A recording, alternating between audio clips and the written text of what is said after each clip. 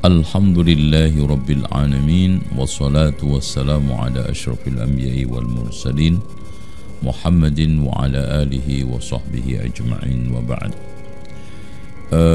Berbicara Nabi Samuel ya, itu bahasa Suryani atau Syam'un, karena ini ditegaskan oleh sebagian ulama seperti Imam Qatadah, Samuel sama Syam'un itu sama, satu orang. Dan ini juga dikuatkan oleh Imam Ibnu Katsir di dalam kitab Qasasul Anbiya. Nah, di dalam bahasa Ibraninya itu Ismail itu Samuel itu sama dengan Ismail di dalam bahasa Ibraninya. Di dalam bahasa Arabnya Sami'allahu du'ai, jadi hampir mirip ya. Karena Samuel itu Samuel atau Sam' dari kata Sam', il itu Allah. Jadi il itu Allah, makanya Jibrun itu quwwah, dhi quwwatin inda dhil arsy makin, kan gitu. Taib. Nabi Samuel atau Sam'un ini dikatakan oleh Imam Muqatil itu dari turunan Harun. Walaupun Imam Ibnu Jarir At-Tabari itu menggabungkan atau mempertemukan nasabnya itu ke Lawi ibnu Ya'qub, ya, Qahid ibnu Lawi ibnu Ya'qub, ya, namanya Samuel ibn Bali ibn Alqamah ibnu Yarkham ibnu Yahwu ibnu Bahwu ibnu Sanfiyah atau Safiyah ibnu Alqamah ibnu Mahid, sampai kepada tadi itu Qahid. Terus kemudian Lawi ibnu Ya'qub ibnu Ishaq ibnu Ibrahim alaihissalam. Ini keturunannya. Nah, siapa sebetulnya beliau ini? Ada yang mengatakan ini dibantah keras oleh Imam Ibnu Katsir, mengatakan bahwa yang dimaksudkan Nabi ini adalah Yusha' bin Nun. Tapi itu tidak tepat, tidak benar.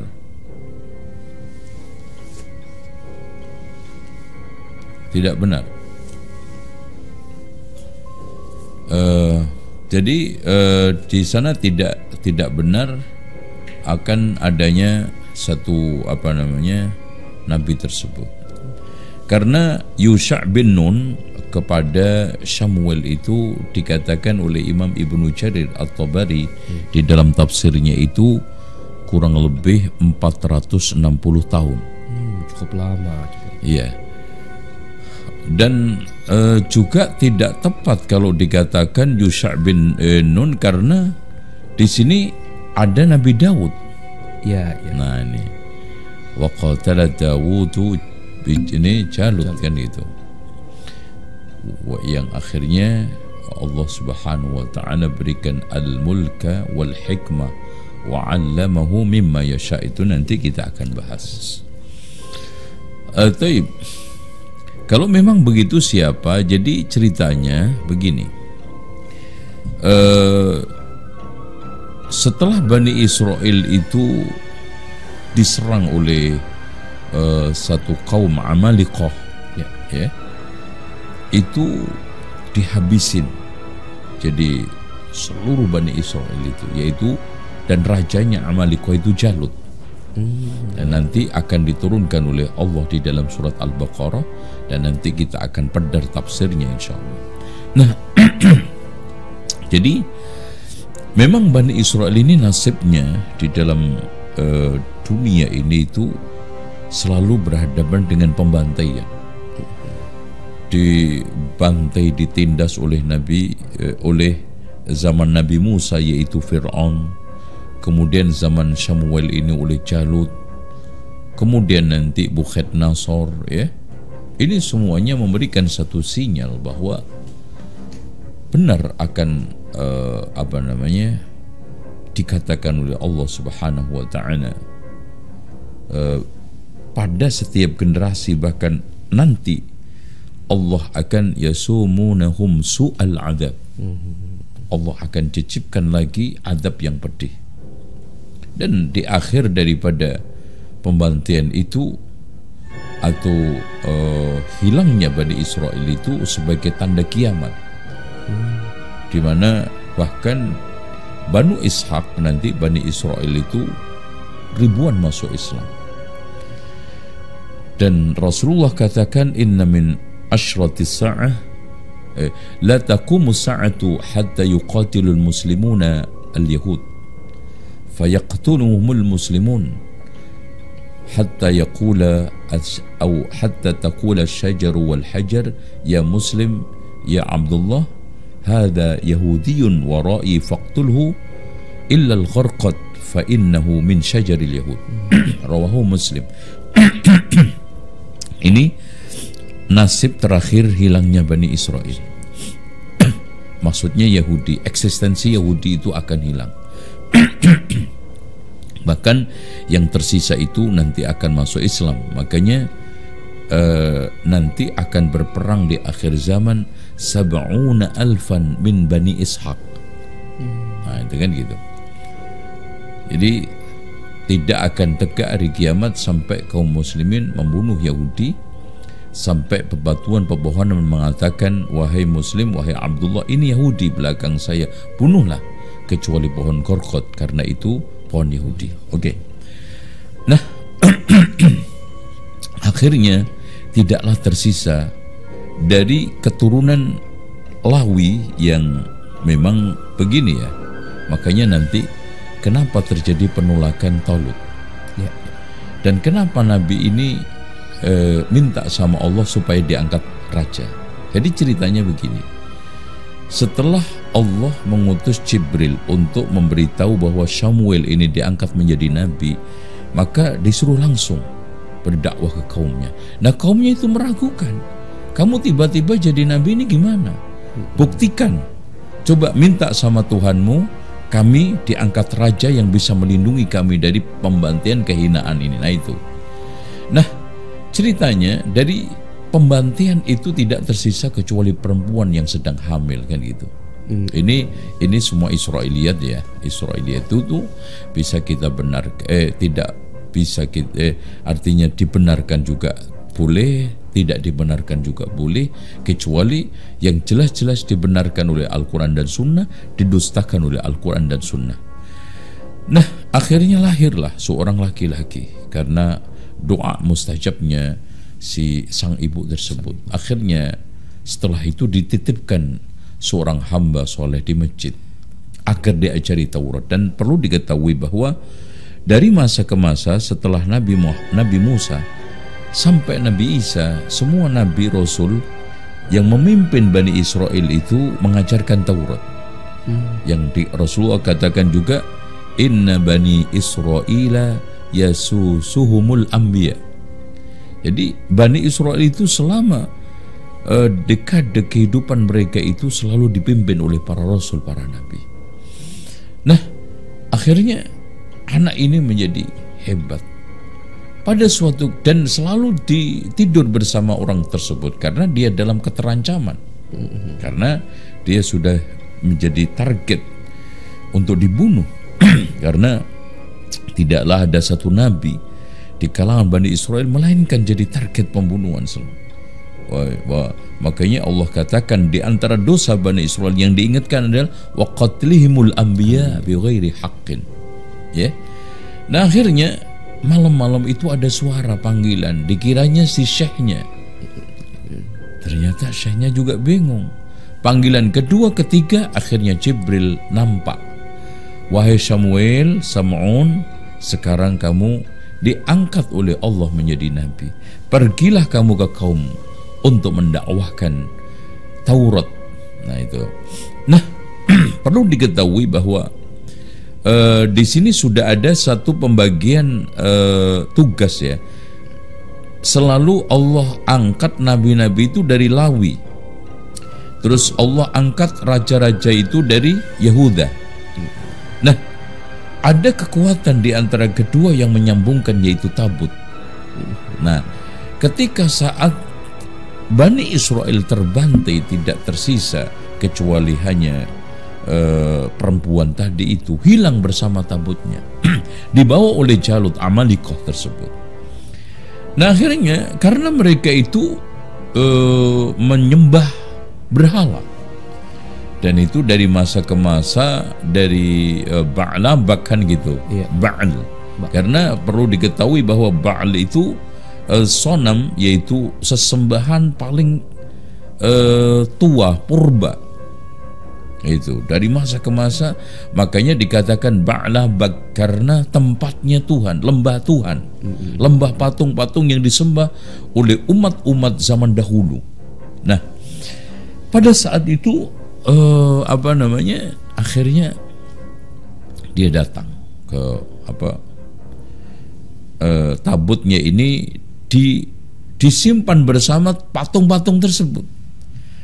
Di dalam Israiliyat ceritanya ternyata tabut itu selalu berada di atas Tuhan-Tuhan mereka, padahal nggak menginginkan. Bahkan ini mengungguli Tuhan-Tuhan kita terus. Bahkan saat diletakkan di bawah, paginya besok sudah di kepala Tuhannya. Karena memang tabut ini sesuatu yang ajaib, bisa terbang memang. Karena tahmiluhul malaikah itu kan. Iya, dibawa malaikat. Iya, malaikat kan itu. Di dalam surat Al-Baqarah. Nah, akhirnya diungsikanlah ke suatu negeri di luar sesembahan tersebut. Ternyata negerinya itu terkena penyakit wabah. Maka di dalam satu kisah akhirnya tabut itu dilepas dengan hewan-hewan mereka. Di dalam riwayat lain akhirnya tabut itu dibuang ke suatu tempat dan akhirnya diambil oleh malaikat dan kemudian dibawa oleh malaikat di atas langit. Sampai Allah akhirnya mengutus Samuel ini, tabut itu dikembalikan kepada Samuel. Diberikan oleh, makanya Allah katakan tadi tahmiluhul malaikah, ya. Yang dikatakan oleh Allah Subhanahu wa taala, ya, ayyatiyakumut tabutu fihi sakinatum min rabbikum, ya, wa baqiyatum mimma taraka alu Musa wa alu Haruna tahmiluhul malaika. Nah, isinya apa? Isinya di dalam riwayat Israiliyat itu tongkatnya Nabi Musa, surbannya Nabi Harun, dan juga Taurat. Ya, karena para ulama juga mencari-cari ya, kira-kira apa wa baqiyatum mimma taraka alu Musa wa alu Haruna tahmiluhul malaika, ini apa ya kan gitu.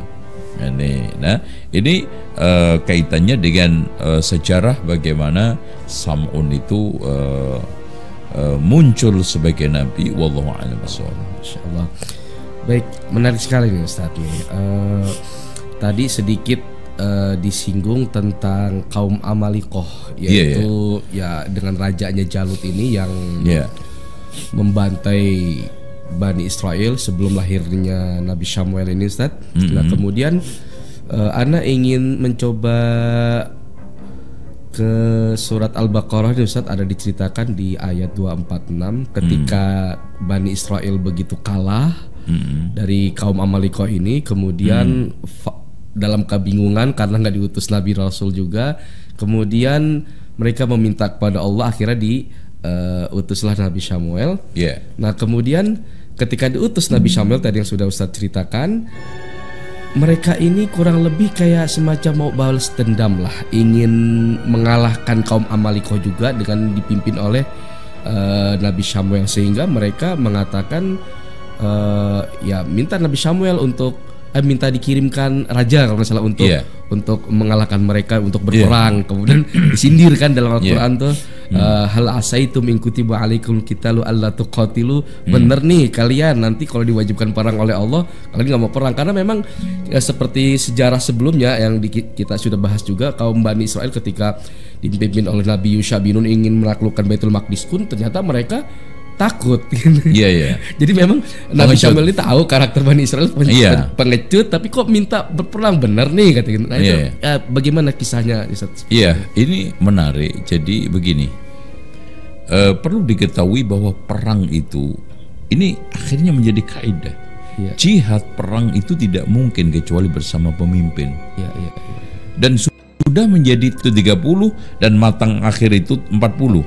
Taruhlah dia itu mulai 30 seperti raja-raja Arab sekarang kan, rata-rata 32, 35 kan gitu. Itu ditarik 70 ya 40 kan. Nah, dan kenapa Ibnu Khaldun punya teori 120? Karena begini, fase pertama itu fase rintisan perjuangan. Ya kayak Indonesia kan pengusiran penjajah itu solid kompak kan gitu. Kemudian ini nanti akan muncul fase kedua 40 tahun berikutnya, fase kemewahan. Yaitu. Nah, kemewahan tetapi masih ingat perjuangan orang tuanya. Nah, kemudian fase yang ketiga 40 yang ketiga ini adalah fase bergelimang dengan kemewahan yang lupa daratan. Nah, nih. Jadi 40 kali 3 berapa? 120. Nah, fase yang keempat ini sudah fase kehancuran, karena orang itu kalau sudah hidup di dalam kemewahan, kesenangan tanpa batas, pelampiasan hawa nafsu, maka akan rapuh, badan aja itu rapuh. Coba aja kita sekarang konsumsi narkoba, begadang terus, makan tidak teratur, kesehatan tidak dijaga, ambruk. Itu. Nah, ini sudah mulai ambruk karena generasi yang keempat ini sudah generasi lupa akan perjuangan nenek moyangnya, lupa akan sekarang sejarah nenek moyangnya. Nah, ini akhirnya ambruklah, hilanglah suatu negara itu. Sehingga demikian di sini juga Bani Israel mengalami itu. Makanya akhirnya dia minta kepada nabinya. Kenapa? Karena sudah dibagi-bagi, segmen kenabian itu Lawi, segmen kekuasaan itu Yahuda. Nah, di sini nabinya ini sudah pas, Lawi sudah ada. Nah, ini rajanya mana nih? Supaya maksudnya dua-duanya tumbuh lagi gitu loh. Makanya kenapa kok minta raja? Karena nabi sudah muncul nih dari Lawi. Nah, rajanya mana nih? Itu akhirnya qala hal asaitum in kutiba alimul qitalu alla tuqatilu fi sabilillah. Alla tuqatilu ya.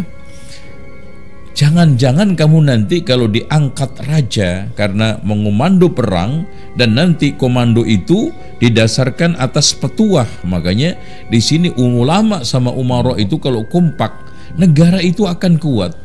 Makanya agama akan kuat dengan kekuasaan, kekuasaan akan bertahan dengan agama itu. Ad-dinu bil mulki yaqwa wal mulku bid-dini yabqa, kan gitu. Ini suatu kaidah.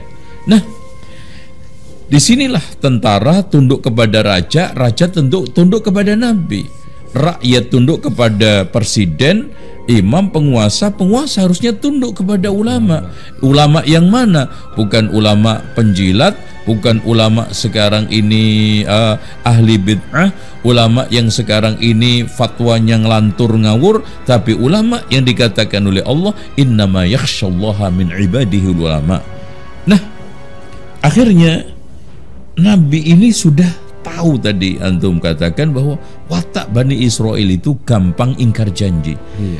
Qala hal asaitum in kutiba alaikumul qitalu alla tuqatilu qalu wa ma lana alla nuqatila fi sabilillah wa qad ukhrijna min diyarina wa banaina. Jadi sebetulnya itu dasar utama mereka itu untuk terus berperang harusnya. Berkali-kali ditindas, berkali-kali anak istri menjadi budak. Harusnya ini menjadi pelajaran Bani Israel untuk tidak mengulangi lagi ucapan idhab anta wa rabbuka faqatila inna hahuna qa'idun. Iya. Tapi ternyata falamma kutiba alaihimul qitalu tawallau illa qalilan minhum, masyaallah, wallahu alimun bidzalimin. Kezaliman lagi-lagi mereka lakukan. Ya. Setelah Allah Subhanahu wa taala utus, wa qala lahum nabiyyum innallaha qad ba'asa lakum taluta malika. Wah, ini nggak bisa. Karena pengennya kita ini klub Nabi Samuel. Kalau Lawi sudah melahirkan seorang nabi, Yahuda pengennya melahirkan seorang nabi, ternyata Talut ini dari Bunyamin. Itu Bunyamin bin Ya'qub ibn Ishaq alaihissalam. Wah, nggak bisa ini, karena Bunyamin ini tidak ada darah birunya, kan gitu. Darah raja aja nggak ada nih. Iya, nggak bisa ini nih, nggak. Katanya akhirnya penolakan itu didasarkan atas apa? Atas sesuatu yang sekarang ini menurut mereka paling strategis menentukan di dalam kacamata awam, yaitu apa? Harta. Makanya dia katakan apa? Qalu anna yakunu lahul mulku alaina wa nahnu ahaqqu bil mulk min wa lam yu'ta sa'atan minal mal. Itu. Jadi pinginnya seorang presiden, penguasa, raja, pemimpin itu banyak duit. Nah, sekarang ketika itu yang menjadi dasar mangkatnya suatu raja, mangkatnya suatu penguasa, maka akan terjadi kehancuran. Dan ini yang dibangun oleh demokrasi itu. Jadi demokrasi ini kan sekarang ini yang penting gede duitnya. Dan ini memang Masya Allah sejalan dengan akhir zaman yang dikatakan oleh Rasulullah SAW ketika ditanya oleh Abu Sa'labah al-Khushani tentang ayat firman Allah, alaikum anfusakum la yadurrukum man dhalla idha tadaitum, kata Rasulullah, bal i'tamiru bil ma'ruf wa tanahu 'anil munkar hatta idza ra'aitum syuhhan muta'a wa hawan muttaba' wa dunyan mu'sarata wa ijabi di kulli ra'yin bi ra'yi. Kali ketika hawa nafsu diikuti, kikir ditaati, dunia diunggulkan, dan orang akan bangga dengan pendapatnya sendiri, maka itu puncak kehancuran umat ini juga sama. Jadi siklus tulatan bainahum.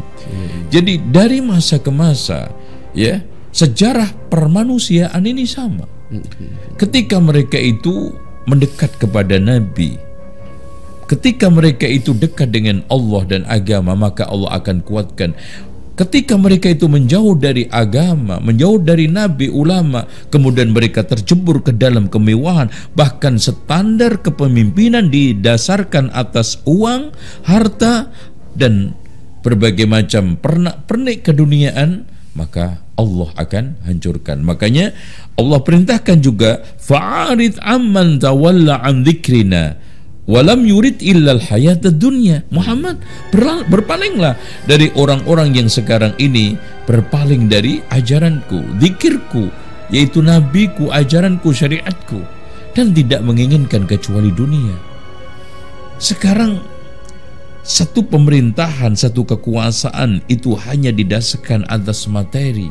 Betapa cekaknya tujuan hidup itu, betapa rendahnya cita-cita suatu bangsa, satu umat.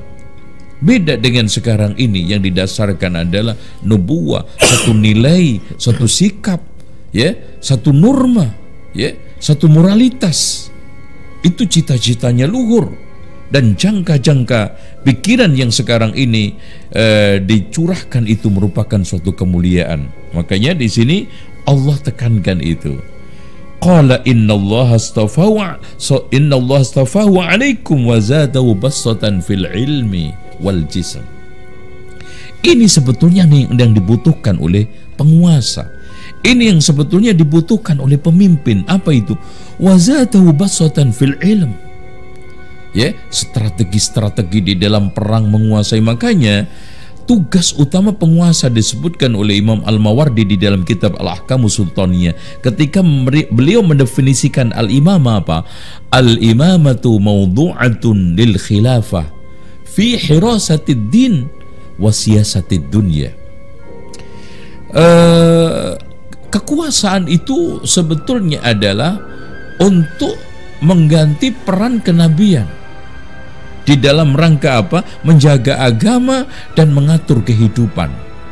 Makanya kalau sekarang satu kekuasaan tidak digunakan untuk itu, dan itu adalah dua keping seperti dua keping mata uang. Hirasatuddin menjaga agama, wasiyasatud dunya. Kalau ngeblank satu nggak laku itu duit. Nah, makanya disebutkan syarat atau tugas-tugas pemimpin di dalam kitab itu diantaranya adalah hifdzul baydha, menjaga perbatasan, menjaga eksistensi umat negara, menjaga keutuhan bangsa. Itu tugas seorang pemimpin. Nah, di sini dibutuhkan apa? Ilmu. Ya. Ilmu tentang strategi, ilmu tentang bagaimana cara untuk mengatur kehidupan ini, mengatur pemerintahan ini, ya, ilmu tentang masalah politik, siasa, yang tidak kalah pentingnya juga ilmu syar'i karena hirasatuddin. Nah, dari situlah pemimpin itu akan kuat. Nah, perlu ditegaskan juga al-jism, yaitu Allah tegas wazadahu bastatan fil ilmi wal jism, karena pertama yang akan dihadapi ini adalah manusia terkuat. Jalut itu besar, umat Amalikoh itu besar-besar, sementara seorang pemimpin itu memang banyak berlaga di dalam kehidupan alam nyata. Dia harus kadang terjun perang seperti Rasulullah, Abu Bakar, Umar. Dibutuhkan kekuatan jism.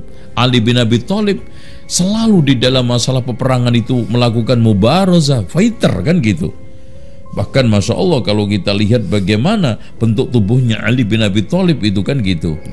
Kemudian di dalam masalah juga mengatur kehidupan manusia ini yang dibutuhkan tafakkut, ya, istilahnya ngecek ke lapangan, ya, keliling. Coba bayangkan Umar bin Abdul Aziz ketika mangkat menjadi khalifah mengatakan kepada istrinya, "Wahai Fatimah, kamu mau terus sama saya atau saya ceraikan?" Loh, kenapa? Mungkin setelah saya memegang tampuk kepemimpinan ini, saya tidak akan bisa menggauli kamu lagi. Nggak ada waktu. Dan subhanallah ketika meninggal dunia Fatimah mengatakan, setelah beliau memegang tampuk kekuasaan khilafah, saya belum pernah beliau mandi junub. Inilah memang pemimpin. Bagaimana Umar bin Khattab, ya, mencoba untuk memastikan nasib rakyatnya, ya, keliling dari satu kota ke kota lain, keliling dari gubernur ke gubernur lain, bagaimana ketemu dengan gubernur Irak, gubernur Syam, gubernur Yaman, memastikan nasib rakyatnya. Karena itu semua sebagai satu di bawah tanggung jawab khalifah tersebut. Makanya dibutuhkan wazadahu basatan fil ilmi wal jismi. Apalagi ya, kekuasaan itu banyak ijtihad. Jadi artinya tugas-tugas kepemimpinan itu kebanyakan didasarkan atas ijtihad, bukan nas. Makanya kata Imam Asy-Syafi'i, la siyasata illa ma wafaqa syar'a. Imam Syafi'i tidak mengatakan la siyasata illa ma nassas syar'a. Itu.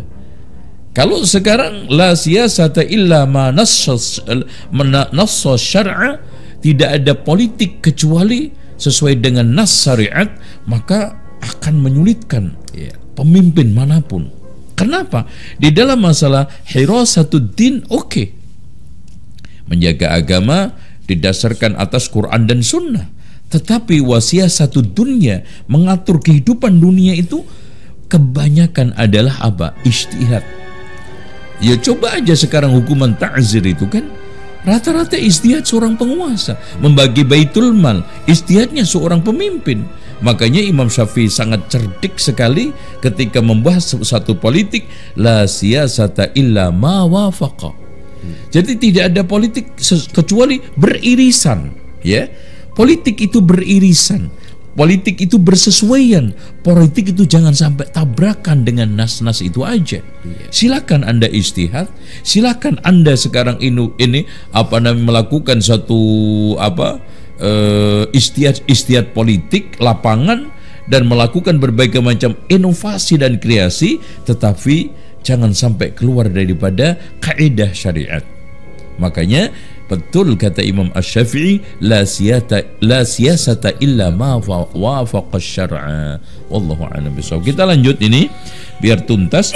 Qala innallaha safa 'alaikum wa zadu basatan fil ilmi wallahu yu'ti mulkahu man yasha wallahu wasi'un 'alim.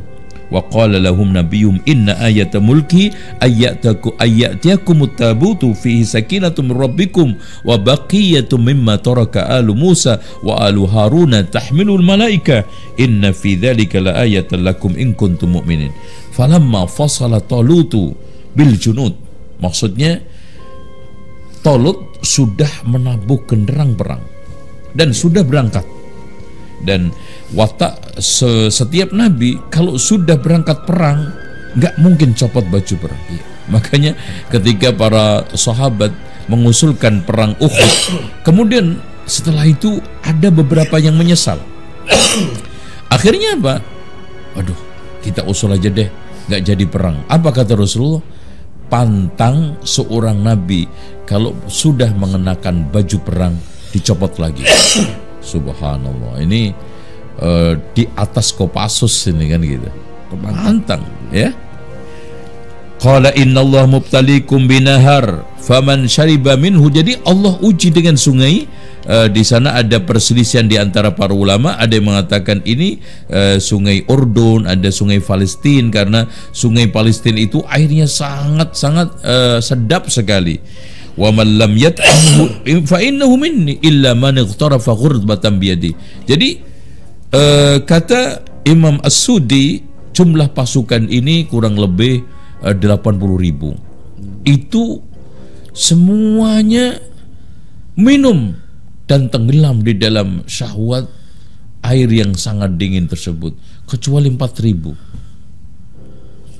yang dikatakan oleh Allah Subhanahu wa taala, illa man ightarafa ghurfatan biyadi fasharibu minhu illa qalilan.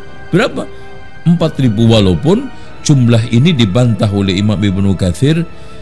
Jumlah itu 80.000 itu tidak akan bisa, itu Urushalim atau Yerusalem, Baitul Maqdis itu nggak muat. Itu. Jadi makanya di sana ada sebagian ulama menegaskan jumlah pasukan Talut ketika itu yang lolos seperti jumlah perang Badar. Oh, 300-an, 400. Iya, 300 sekian itu ya. Itu. Akhirnya subhanallah, di sini Allah akhirnya yang memberikan kemenangan. Tidaklah mereka itu melempar kecuali Allah yang melempar, ya. Fasharibu minhu ila qalmin falamma jawazuhu walladzina amanu ma'u qalu la taqata lana al-yawma bijalut wa junudi.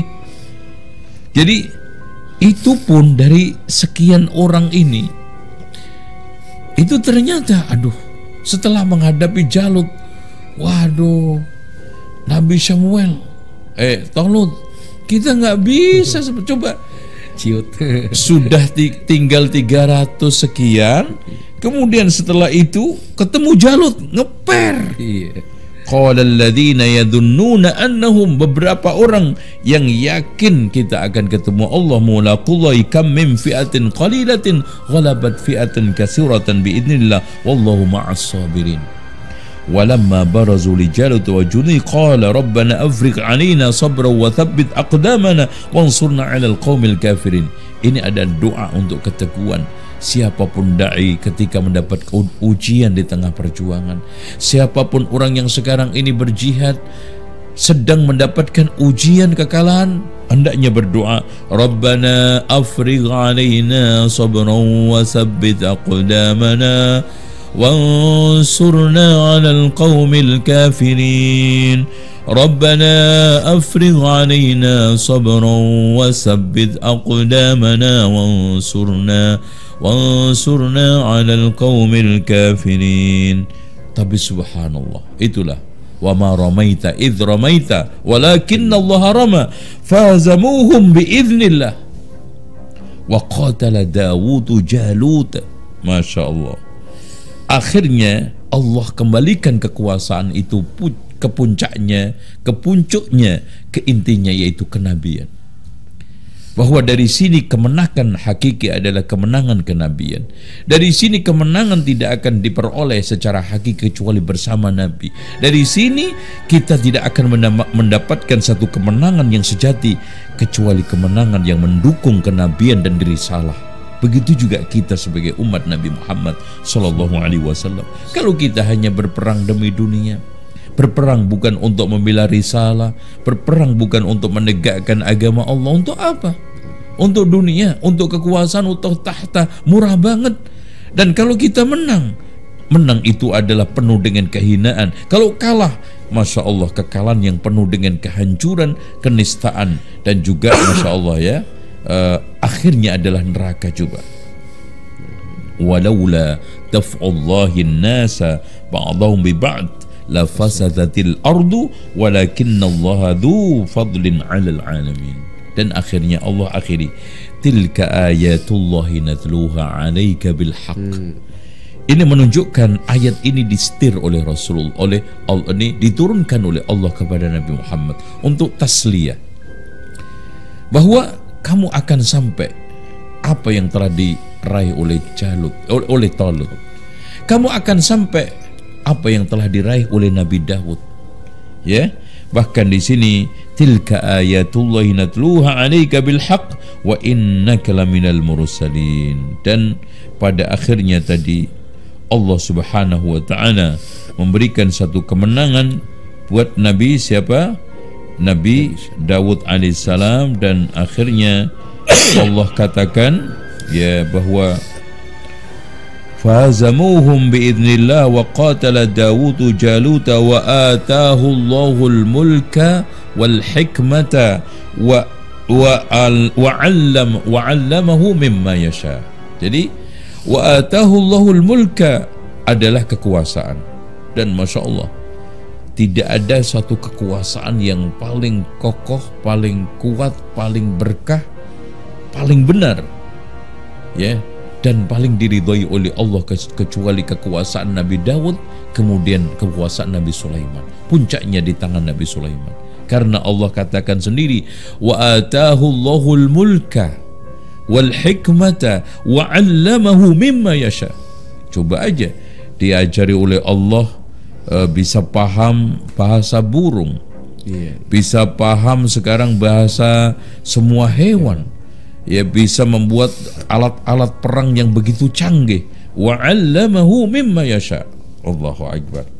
Dan Rasulullah ditegaskan oleh Allah sebagai bentuk hiburan, sebagai bentuk pembelaan Allah kepada nabinya. Wa innaka laminal mursalin.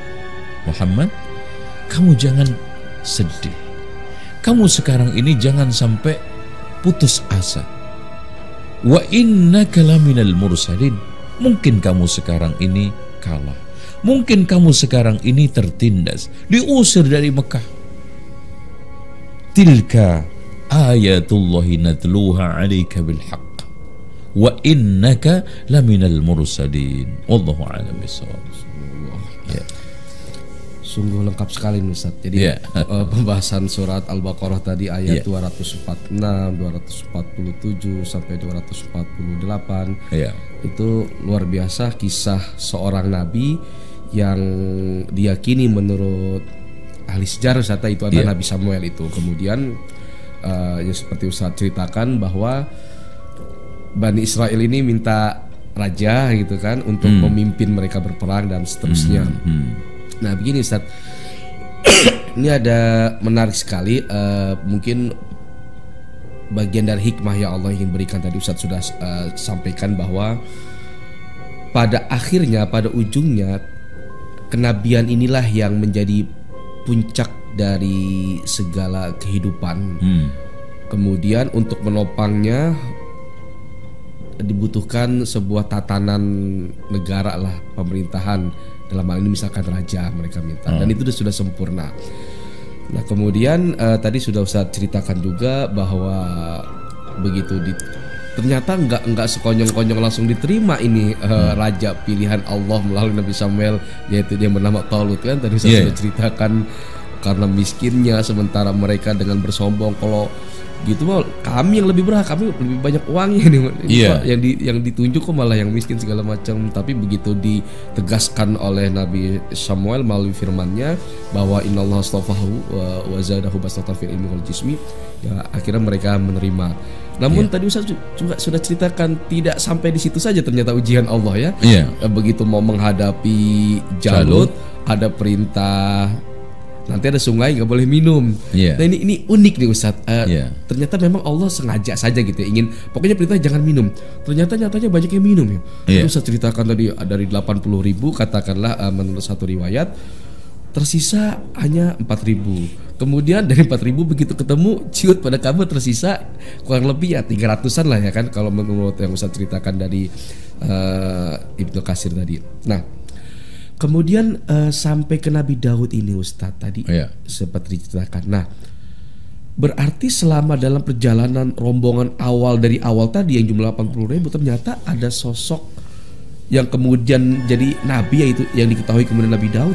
Berarti selama ini memang itulah. Nah sekarang pertanyaannya, Nabi Daud ini apakah masih keturunan yang garis Lawi tadi atau Lawa yang memang bukan, kalau raja kan Yahuza Ustaz ya. Kalau Nabi Lawi. Nah Nabi Daud ini dari garis mana nih Ustaz? Sementara yang tadi kan Talut dari garisnya Benyamin nih.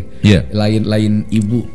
Kalau Benyamin kan dengan Nabi Yusuf satu ibu, tapi lain ibu dengan yang Lawi dan Yahuza dan seterusnya, makanya mereka agak cekcok gitu kan. Nah ini kalau Nabi Daud ini dari garis yang mana Ustaz? Dari 12 perlu diketahui ya, ini kita juga usut dari kenapa kok tiba-tiba ada Daud. Jadi ternyata ceritanya, jadi Talut ketika mau berperang itu mengeluarkan sayembara di depan orang yang tersisa itu tadi. Nah, jadi ini rajanya ini sudah, ya Allah ya, ini di sungai aja udah rontok ribuan, tinggal ratusan juga rontok. Akhirnya di situ mulai dia itu tidak ada kemenangan kecuali atas izin Allah. Tapi saya juga harus usaha, saya harus mengerahkan sebab. Gak mungkin begitu saja tawakal dalam konteks menyerahkan semua zahir batin kepada Allah. Tawakal itu menyerahkan hati kepada Allah, mengerahkan tangan kaki untuk usaha. Minimal dia ngeluarin sayembara.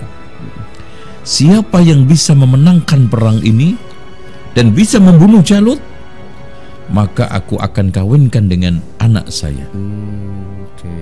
Dan saya akan sertakan, bahkan akan saya wariskan kekuasaan ini kepada dia. Kerajaan. Nah ini sejarah awal Nabi Daud. Nah akhirnya Nabi Daud ini anak buncit terakhir dari 13 saudara. Nah beliau ini turunannya adalah turunan Ishak ya, dari arah Lawi. Nah dari sinilah nanti mulai bergabung Lawi itu kekuasaan sama kenabian. Karena apa? Karena Yahuda ini sudah tidak bisa diandalkan lagi. Ya, banyak berbagai macam penyimpangan. Akhirnya kekuasaan digabungkan dengan kenabian dalam satu orang yaitu Daud alaihissalam. Nah, akhirnya Allah Subhanahu wa taala menangkan. Kenapa?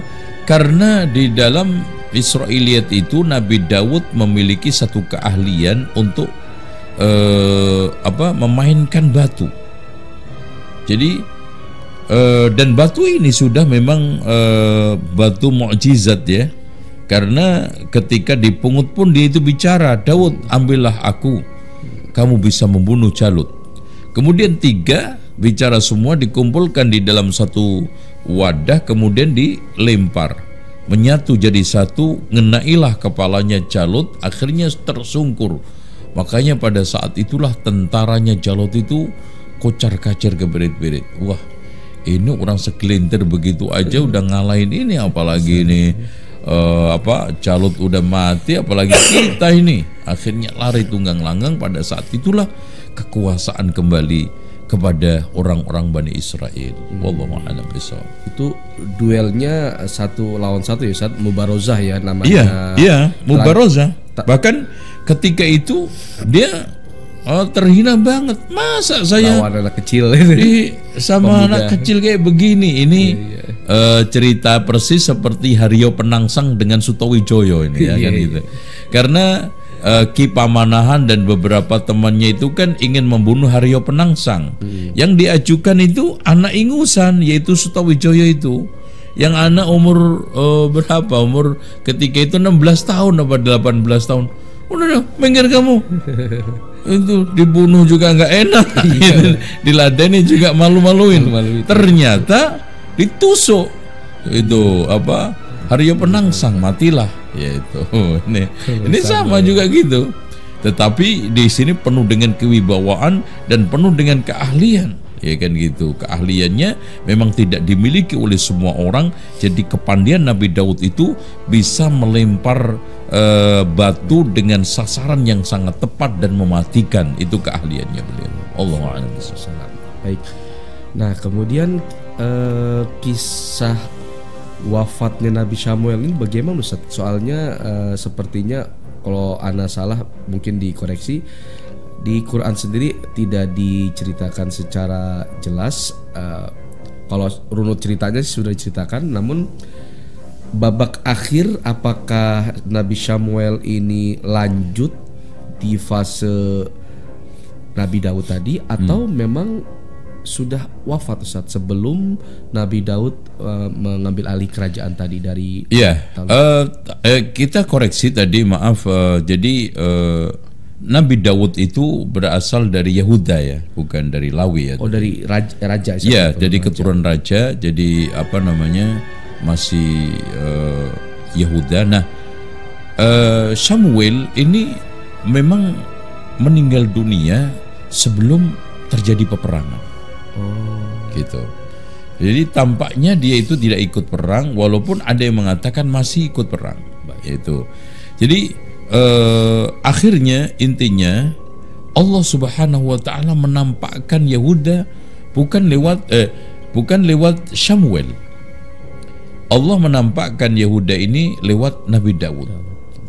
Tetapi di sini juga memegang sekaligus. Kenapa?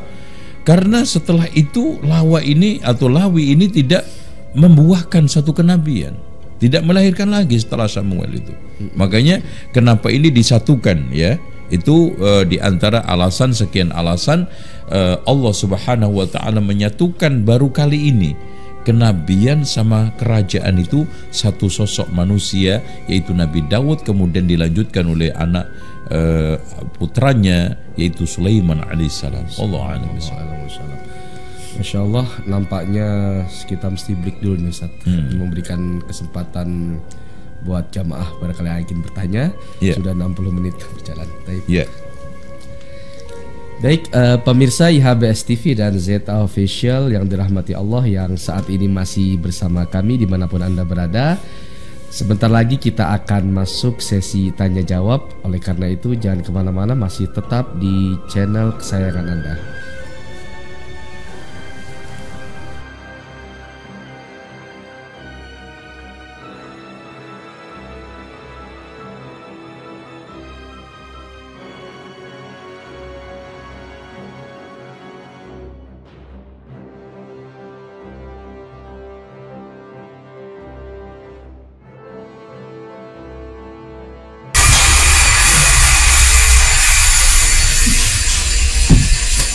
Alhamdulillah. Assalamualaikum warahmatullahi wabarakatuh. Alhamdulillah wassalatu wassalamu ala rasulillah wa ala alihi wa sahbihi wa mawalah. Sahabat IHBS TV dan para jamaah sekalian, alhamdulillah di pagi yang cerah ini kita sedang berada di salah satu tempat. Kita mensurvei, mendatangi langsung hewan-hewan, salah satunya adalah sapi yang insya Allah kita akan mengadakan kerjasama dengan vendor yang insya Allah sudah terkenal ya dengan amanahnya, profesionalnya. Nah, ini tidak jauh dari IHBS. Jadi para sahabat sekalian, sahabat IHBS TV dan para jamaah ya, alhamdulillah di kesempatan Idul Adha ataupun penyembelihan kurban 1443 Hijriah ini sudah mendekati kita. Alhamdulillah tahun lalu ya kita mendapatkan amanah yang sangat besar dari para jamaah sekalian, dari orang tua IHBS, dari TK, SD, SMP, kemudian SMA, Mahat Ali, bahkan Civitas dan yayasan pun juga bekerja sama, turut andil ya dalam mensukseskan kurban Idul Adha 1442 Hijriah. Alhamdulillah sekilas ya dari tahun lalu sebanyak 174 ya, pekurban alhamdulillah ya sudah bergabung dan bekerja sama dengan kita. Jadi, terima kasih sekali Abi dan Umi serta orang tua sekalian, dan khususnya kepada Civitas dan yayasan yang sudah bekerja sama dengan kita, yang turut andil mensukseskan kurban dan di tahun 1442 Hijriah. Pada kesempatan pagi hari ini kita selaku panitia, saya sendiri Zaki Mubarak sebagai ketua panitia kurban 1443 Hijriah mengajak kembali seluruh Civitas, seluruh yayasan IHBS dan orang tua dari unit TK, SD, SMP, SMA, Mahat Ali untuk ya, bisa berkurban ya, di IHBS ya, insya Allah sebentar lagi kita akan melaksanakan sholat Idul Adha dan pastinya penyembelihan kurban. Abi dan Umi di kanan kiri kita, ya, kanan kiri kita alhamdulillah dan ada sapi-sapi ya, yang gemuk nih, alhamdulillah ini sudah bersertifikat dinas kesehatan, dan kita lihat ini ada salah satu pekerja ya, yang sedang membersihkan kotoran ya. Dan kalaupun sekarang sedang marah, ada PMK yang penyakit mata, kemudian ada penyakit kuku dan yang lain-lain, insya Allah ya, hewan-hewan yang kita akan pilih ini ya, kalau ini kan sapi ya, kambing itu berada di belakang, alhamdulillah ya, sudah divaksin, kemudian mendapatkan sertifikat dari dinas kesehatan. Jadi Abi dan Umi ya, tidak usah berpikir panjang, ayo ya, semarakkan, ramaikan ya, kurban di IHBS. Insya Allah seperti pahala yang sudah disampaikan Rasulullah SAW, pahala bagi orang yang berkurban sangatlah besar. Jadi Abi dan Umi, sekali lagi kami dari panitia, saya selaku ketua panitia dan panitia yang semuanya tergabung di panitia kurban 1443 Hijriah mengajak ya, para jamaah Abi dan Umi serta rekan-rekan guru dan Civitas yang ada di IHBS dan yayasan, mari sama-sama kita menyisihkan ya, uang, menyisihkan ya, sedikit ya, untuk berkurban di IHBS. Mudah-mudahan kurban tahun ini 1443 Hijriah dimudahkan oleh Allah Subhanahu wa Ta'ala, dan orang tua yang sekarang berada di rumah terketuk hatinya langsung ingin menyumbang, langsung ingin berkurban di IHBS, kita alhamdulillah sudah terbuka ya. Ada sapi, ada kambing ataupun domba, Abi dan Umi silahkan. Kalau mungkin saat itu diberikan kemudahan oleh Allah Subhanahu wa Ta'ala, Ustadz saya ingin berkorban tipe E, tipe D, tipe B, tipe C, yang tipe A, dan bahkan super, alhamdulillah kita sudah menyediakan semuanya. Silahkan Abi dan Umi bekerja sama, kemudian bertaawun, kemudian saling ya, berlomba-lomba untuk kebaikan. Mudah-mudahan Allah Subhanahu wa Ta'ala di hari ya, insya Allah tanggal 9 Juli ya, di bulan Dzulhijjah yang insya Allah sudah sebentar lagi menghampiri kita, mudah-mudahan Allah Subhanahu wa Ta'ala ridhoi, Allah Subhanahu wa Ta'ala memberikan keberkahan kepada kita semuanya. Sekian dari kami liputan survei, liputan pemantapan hewan-hewan yang insya Allah kita akan bekerja sama dengan vendor ini. Tempatnya nggak jauh dari IHBS dan mempunyai garansi, ya, dan tidak ada yang cacat, dan kaki, mata, dan yang lain-lain. Sekali lagi kita mengajak Abi dan Umi dan para jamaah sekalian untuk bisa berkorban di IHBS. Utamanya sangat banyak, ya, kelebihannya sangat banyak, ya, yang langsung, ya, Abi dan Umi. Kalaupun Ananda saat itu ingin menyembelih langsung di IHBS, ya, atau yang mungkin siswa dari SD, SMP, SMA, Ustadz, saya pengen nyembelih sendiri, silahkan, ya, kami fasilitasi. Kemudian kita ajarkan, ya, kita ajarkan dengan adab-adab berkorban yang baik, menyembelih yang baik, insya Allah semuanya. Ini reportase dari kami, liputan dari kami, mudah-mudahan bermanfaat, ya. Mudah-mudahan Allah Subhanahu wa taala mudahkan untuk kami ataupun untuk para jamaah sekalian untuk bisa berkorban di IHBS. Kita bertemu kembali insya Allah di hari Raya Idul Adha, kemudian saat penyembelihan, mudah-mudahan Allah Subhanahu wa taala memberikan. Syukron. Wassalamualaikum warahmatullahi wabarakatuh.